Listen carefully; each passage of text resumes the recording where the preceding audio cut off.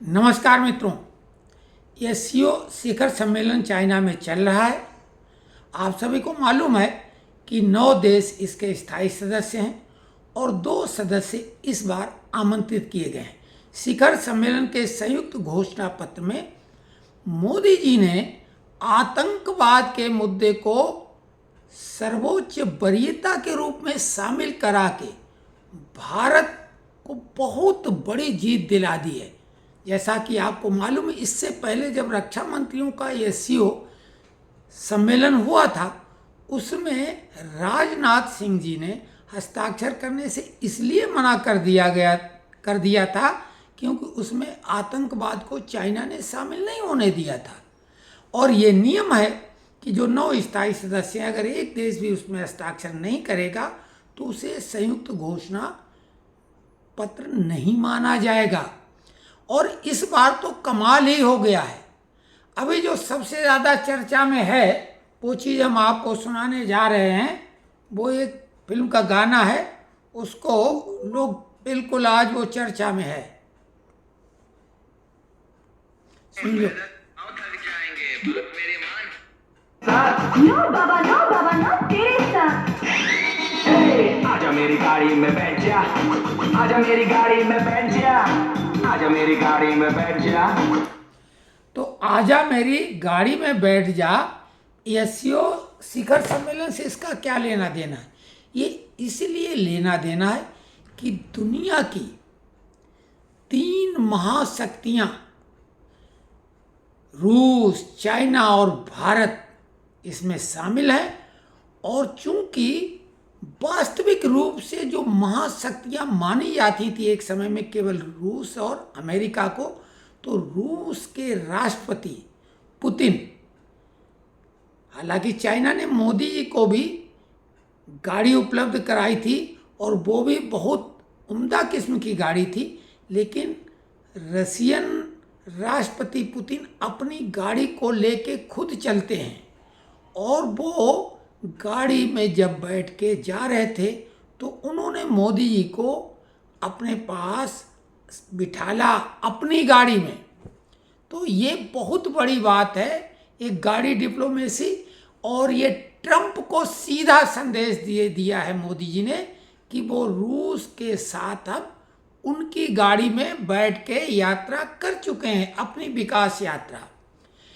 Trump पे चारों तरफ से मुसीबतों का पहाड़ टूट पड़ा है। अंदर और बाहर जो तथाकथित उनके मित्र हुआ करते थे, अब दोस्त ना रहा। बल्कि यहाँ पर केवल एक मस्क की बात नहीं, क्योंकि वो पहले ही एक वही बड़ा दोस्त अलग हुआ था, लेकिन अब तो नाटो के देश खुल के ट्रंप की नीतियों का विरोध कर रहे हैं। फ्रांस ने भी अमेरिका पर टैरिफ उन्हीं के अंदाज में लगाने की बात कर दी है।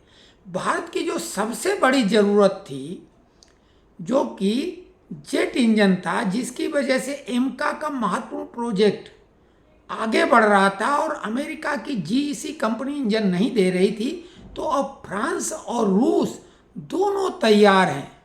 यही नहीं, जापान भी भारत के साथ कंधे से कंधा मिला के अपनी सर्वोत्कृष्ट टेक्नोलॉजी उपलब्ध कराने को तैयार हो गया है।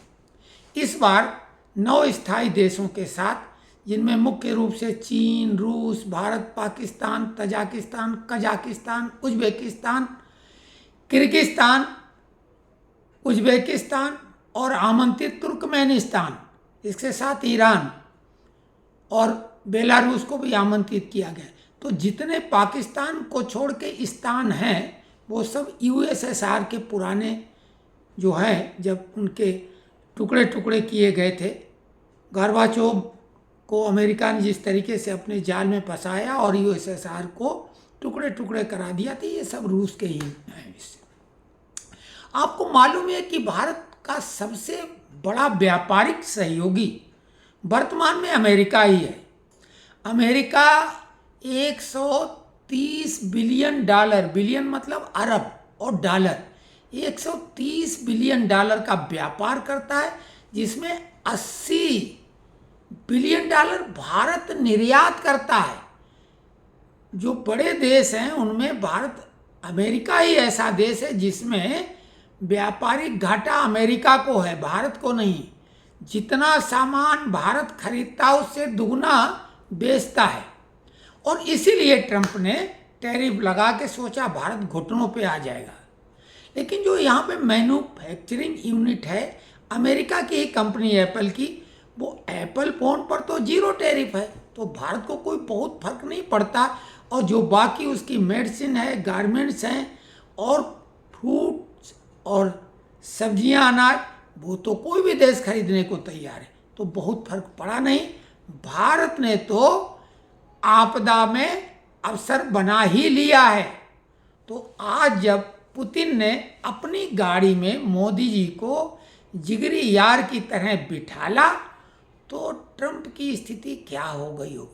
कोर्ट ने टैरिफ को गलत बता दिया कि ये राष्ट्रपति के अधिकार क्षेत्र में नहीं आता, संसद का मामला है, तो कोर्ट भी ट्रंप के विरोध में हो गए, यानी टैरिफ की पूरी हवा निकल गई।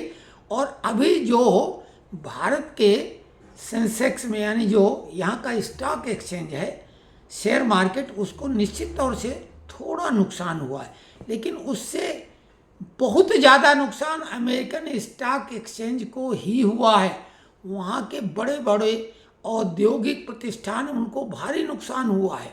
तो ट्रंप का बाहर जो विरोध ये हो रहा वो तो हो रहा, अंदर भी बाहरी विरोध हो रहा। और अब तो ये कहा जा रहा है कि अब जेडी वेंस कमान संभालेंगे, और जेडी वेंस ने भी इंटरव्यू में कह दिया कि हाँ वो तैयार हैं।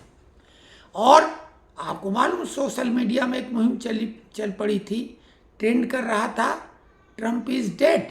तो अब इससे ज़्यादा क्या होगा, ये तो बहुत बुरा हाल है। नोबेल प्राइज लेने के लिए छटपटा रहे थे, तो वो भी उनके हाथ से फिसल गया, अब नहीं मिलेगा, क्योंकि 5 जो सदस्य हैं उसमें से 3 ने विरोध कर दिया। तो चीन जो है भारत का दूसरे नंबर का जो सबसे बड़ा व्यापारिक साझेदार था अमेरिका के बाद।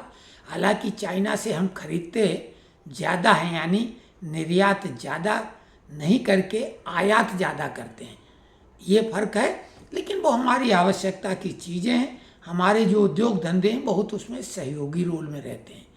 तो चाइना की स्थिति अब मजबूत हो जाएगी। भारत से पंगा लेने के बाद चाइना की स्थिति बड़ी ख़राब हो गई थी, तो चाइना ने मौका ताड़ा, और अब जो आज संयुक्त घोषणा पत्र था उसमें पाकिस्तान के उपस्थित रहने के बाद, क्योंकि वो भी स्थायी सदस्य है, और आतंकवाद पर जैसा प्रहार संयुक्त घोषणा पत्र में हुआ है उससे पाकिस्तान के तो तोते उड़ गए। और हमने पिछले वीडियो में कहा था 2 पार्टों के बीच में पाकिस्तान पिस के रह जाएगा। अमेरिका की दोस्ती के चक्कर में चाइना जो उसका आयरन ब्रदर था उसको नाराज कर लिया।